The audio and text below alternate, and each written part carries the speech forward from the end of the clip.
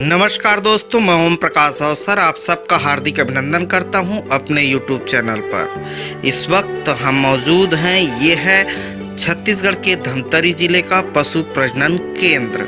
और पशु प्रजनन केंद्र के हम प्रयोगशाला पे हैं और प्रयोगशाला पे दिखाएंगे आपको कि किस तरीके से पशुओं से संबंधित अलग अलग बीमारी की टेस्टिंग की जाती है। इस संबंध पे आपको जानकारी मिलेगी, साथ ही अनेक बीमारियों के बारे में भी आपको जानने को मिलेगा। इसलिए जरूरी है कि वीडियो आप आखिर तक देखें। तो चलिए हम बात करें कि किस तरीके से टेस्टिंग की जाती है, इस पर हम विस्तार से बात करें। लेकिन उससे पहले कहूँगा, अगर आपने अभी तक हमारे चैनल को सब्सक्राइब नहीं किया है तो फटाफट सब्सक्राइब कर लें। तरीके ये हैं कि ये जो वीडियो चल रही है, वीडियो के निचले हिस्से पे लाल रंग पे सब्सक्राइब का बटन है, तो वहाँ जाकर क्लिक कर दें। बाजू पे बेल आइकन है तो वहाँ पर उंगली रख दें। इससे होगा ये, आइंदा जब भी वीडियो पोस्ट होगी तो आपको जानकारी मिल सकेगी, नोटिफिकेशन मिल सकेगा। तो चलिए देखते हैं कि किस तरीके से टेस्टिंग की जाती है। ये टेस्टिंग रूम है। टेस्टिंग रूम है। यहाँ पे हम लोग जो माइक्रोस्कोपिक जो भी एग्जामिनेशन होता है वो हम यहाँ पे करते हैं। ओके। जैसे कि मैंने आपको बताया था कि रक्त पट्टिका का हम जांच करते हैं। तो जैसे इंसानों में हम मलेरिया सुने होंगे, है ना, उसी तरीके से जानवरों में 3-4 अलग अलग परजीवी होते हैं जो उसके रक्त में होते हैं। अच्छा, जैसे ब्लड में होते हैं। जैसे कि ये ट्रिपेनोसोमा है। ये जैसे पत्तियों के आकार का है, और ये जो लाल लाल ये छोटे छोटे जो दिख रहे हैं ये ब्लड सेल्स हैं, आरबीसी है ना, लाल रक्त वाहिका जिन्हें हम बोलते हैं, ये वो है। तो ये बीच में रहते हैं। इसके कारण जो ये बीमारी इंसानों में भी होती थी। अफ्रीकन जो कंट्रीज हैं वहाँ पे ये बीमारी जब इंसानों में होती थी तो जो इंसान होता था वो कंटिन्यू सोते ही रहता था। तो इस बीमारी का नाम अफ्रीकन स्लीपिंग सिकनेस था। और ये कंटिन्यू सोते ही रहता था क्योंकि ये इतना ये जो परजीवी है, ये इतना ज़्यादा तेजी से मल्टीप्लाई करता है और इतना ज़्यादा वो शरीर का जो ऑक्सीजन है, क्योंकि ये मल्टीप्लाई करेगा तो ये भी अब खून में है, तो ये खून से क्या लेता है, वो ऑक्सीजन ले लेता है। तो वो जो भी इंसान होगा तो ऑक्सीजन की कमी के कारण क्या हम भी बेहोश हो जाते हैं। एक तरीके से वो बेहोशी की अवस्था में रहते थे। तो उसका काफ़ी बाहर यानी पता चला कि ये एक परजीवी है जिसके कारण ये चीज़ होती है। तो उसका वहाँ पे इलाज किया। लेकिन जानवरों में भी ये बीमारी मिलती है।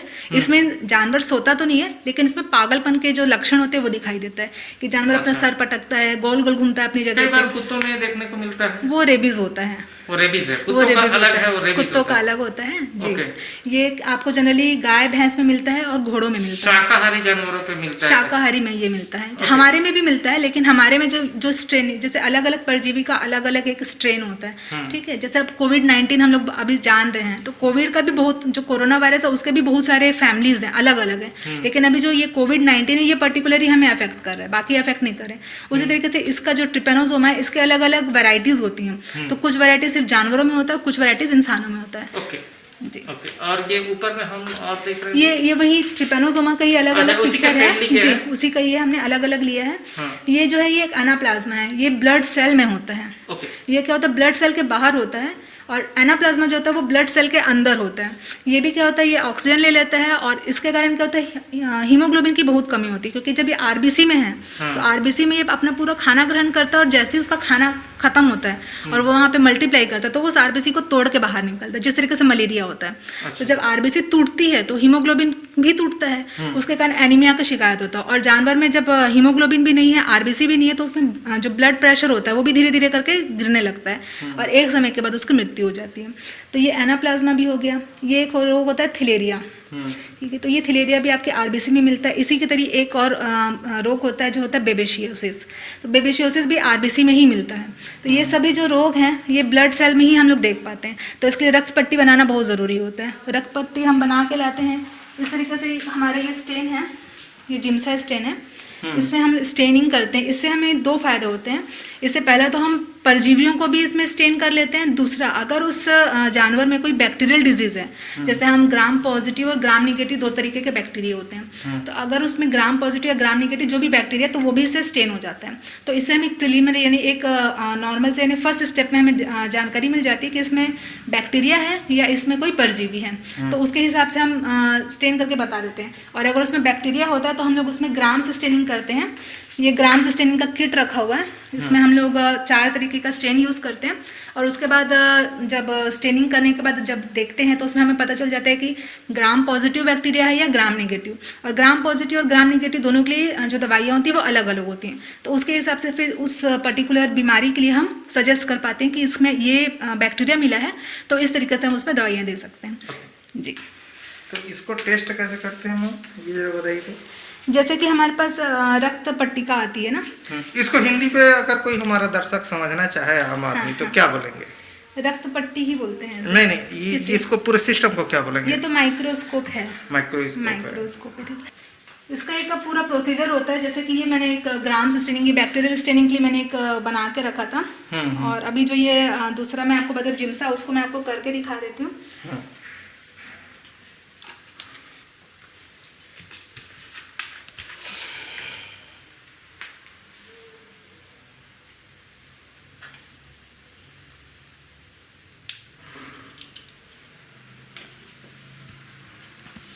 डिस्ट्रिक्ट कवर करते ये देखिए, ये जैसे कि एक पशु का हमारे पास रक्त पट्टी बनी हुई है।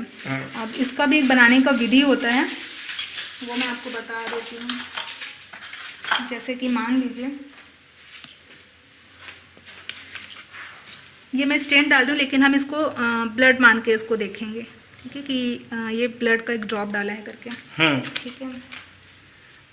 हम जनरली जो पशुओं का जो कान होता है, कान में जो नस होती है, वहां से हम ब्लड लेते हैं। अच्छा, ठीक है, क्योंकि जो ये इस टाइप अच्छा, वो कान से ब्लड लेते हैं। हमारा वीडियो लगा है, जो दर्शक है देख सकते हैं कान से ब्लड कैसे लेते हैं। हाँ, कान से ब्लड लेते हैं। कान से ब्लड लेते हैं। कान को हम जो जहाँ जुड़ा रहता है सर पे, वहाँ के पास में दबाते हैं थोड़ा सा हाथ को, तो उससे जो नस होती है वो उभर आती है। वहाँ पे हम क्या करते हैं, स्पिरिट से एक बार साफ करते हैं और उसको तुरंत प्रिक करते हैं निडल से। और जैसे ही वहाँ से एक बूंद ही हमारे को चाहिए होता है, ज्यादा खून की जरूरत नहीं होती, सिर्फ एक बूंद की ही जरूरत होती है।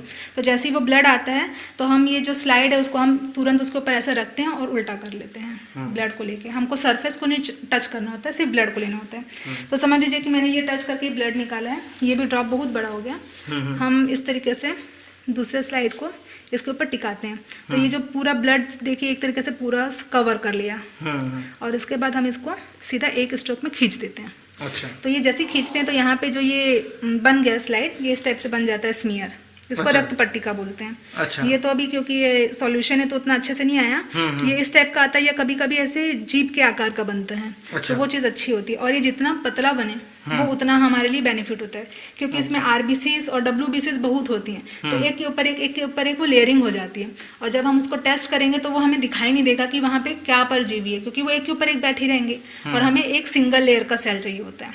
अच्छा, तो इसलिए हम इसका रक्त पट्टी बनाते हैं। अब ये जैसे रक्त पट्टी बन गई है हमारे पास, इसमें हम सबसे पहले मिथेनॉल डालते हैं, ताकि ये जो हमने बनाया है सॉल्यूशन, स्मीयर जो बनाया है, ये क्या हो जाए तो फिक्स हो जाए, क्योंकि हम इसको धोएंगे। अब धोने के बाद क्या होगा, पानी से अगर आप ब्लड को धोगे तो वो तो पूरा वॉश आउट हो जाएगा। तो इसको हमें पहले फिक्स करना होता है कि पानी से धोने से पहले ही बच जाए। तो ये मिथेनॉल को मैं इसमें ऐड कर रही हूँ, ये मिथेनॉल ऐड किया। अच्छा, और इसको ऐड करके हम इसको ड्राई करने के लिए 2 मिनट्स के अराउंड रख देते हैं। अच्छा, ये ड्राई होने के लिए रख देंगे। और जब ये ड्राई हो जाती है तो इसमें हम जिम्सा स्टेन एक होता है हमारे पास, तो जिम्सा स्टेन को उसके ऊपर हम लेयर करके 10 to 15 मिनट्स के लिए छोड़ देते हैं। ओके। और जब वो स्टेनिंग कंप्लीट हो जाती है तो उसको हम सिंपल रनिंग वाटर, जो टैप वाटर है, उससे वॉश करके हम निकाल लेते हैं। तो उसके बाद वो इस तरीके से आ जाती है, स्टेन हुई जो स्लाइड होती है वो इस तरीके की दिखाई देती है। अच्छा, अच्छा। उसके बाद हम इसको माइक्रोस्कोप में टेस्ट करते हैं। तो माइक्रोस्कोप में हमारा कुछ सेटिंग्स होता है कि हम इसको 100x में देखते हैं। जो ऑब्जर्विंग पीस होता है वो 100x का रहता है। ये हमारा आई पीस है और ये ऑब्जर्विंग लेंस है। तो ऑब्जर्विंग लेंस 100x पे होता है। साथ में जो ये नीचे से हम ये डायफ्राम जो रहता है ये एकदम टॉप में रहता है। इसकी भी सेटिंग होती है, ये ऊपर नीचे होती है। ओके। तो ये एकदम टॉप में रहता है। और यहाँ से जो ये विंडो है डायफ्राम का, ये कम ज़्यादा होता है। अच्छा। तो हम क्योंकि हाई पावर में देख रहे हैं तो हमको हाई लाइट चाहिए होता है, तो हम इसको फुल पे रखते हैं। अच्छा। और इसमें हमें एक मेजर चीज़ ये है कि जब हम इसको हाई पावर में देखते हैं तो इस टाइप में देखने के लिए हमको चाहिए रहता है ये ऑयल, ये सीडारवुड ऑयल होता है। इसको हम इस स्लाइड में 2 ड्रॉप डाल देते हैं। और उसके बाद जो ये लेंस है इसमें हम उसको कंप्लीट तरीके से डिप कर देते हैं। ओके। डिप करने के बाद फिर हम इसको थोड़ा एडजस्ट करने के बाद उसका व्यू देखते हैं। तो इसमें आपको व्यू भी दिख जाएगा। इसमें अभी एक स्लाइड लगी हुई है, आज ही आया था। अब उसमें कौन सा परजीवी वो हम देख रहे थे। अच्छा, तो इस तरीके से हम इसको जैसे हम देखना चाहें तब भी हमको समझ आएगा। हाँ, आप देख सकते हैं। इसमें जैसे कि मैं आपको ये डायग्रामेटिक बता रही हूँ। पेन हो आपके पास? पेन तो नहीं रखा। अच्छा, ठीक है। जैसे आप इसमें अभी फील्ड पे देखेंगे तो इसमें पूरे फील्ड में आपको इस तरीके का अपीयरेंस दिखेगा, हल्का पिंक कलर में इस टाइप से सेल्स दिखेंगी। अच्छा। कहीं कहीं पे ये सेल्स इस टाइप से जुड़ी हुई भी दिखेंगी। अच्छा, तो ये पूरी आरबीसी से यानी लाल रक्त वाहिका है। हाँ। और इसके अंदर हम ये जितनी मैंने यहाँ पे जो पिक्चर लगाया है, इस टाइप के हम परजीवी को खोजते हैं। ओके, ठीक है। या इसके अलावा बैक्टीरिया जो रहता है वो इनके बाहर मिलता है। अच्छा, इनके बाहर में जैसे कुछ कई बार इस टाइप से मिलती हैं बैक्टीरिया, लंबे आकार में, या कुछ पॉइंट के आकार में रहती है। तो अच्छा। उनको हमको चेक करना होता है। ओके, ठीक है। तो ये अभी आप इसमें चेक अभी देख लीजिए। इसमें बीच में आरबीसी के अंदर आपको ना कुछ काले काले धब्बे दिखेंगे। अच्छा। वो एक्चुअली परजीवी हैं। तो दोस्तों, ये थी जानकारी कि किस तरीके से पशुओं के प्रयोगशाला पे काम होता है, और मैम ने बताया कि किस तरीके से आपको जागरूक रहना है। और छत्तीसगढ़ पे जानवरों के मामले पे जागरूकता बहुत कम है, लेकिन मैं जिद्दी आदमी हूँ। जब तक छत्तीसगढ़िया जागरूक नहीं होगा तब तक मैं छोड़ूंगा नहीं। मेरा ध्यान इधर उधर बिल्कुल नहीं जाने वाला है, आपको जागरूक करके ही जाना है। तो धन्यवाद। मैं ओम प्रकाश अवसर। वीडियो अच्छा लगा तो वीडियो लाइक कर लें।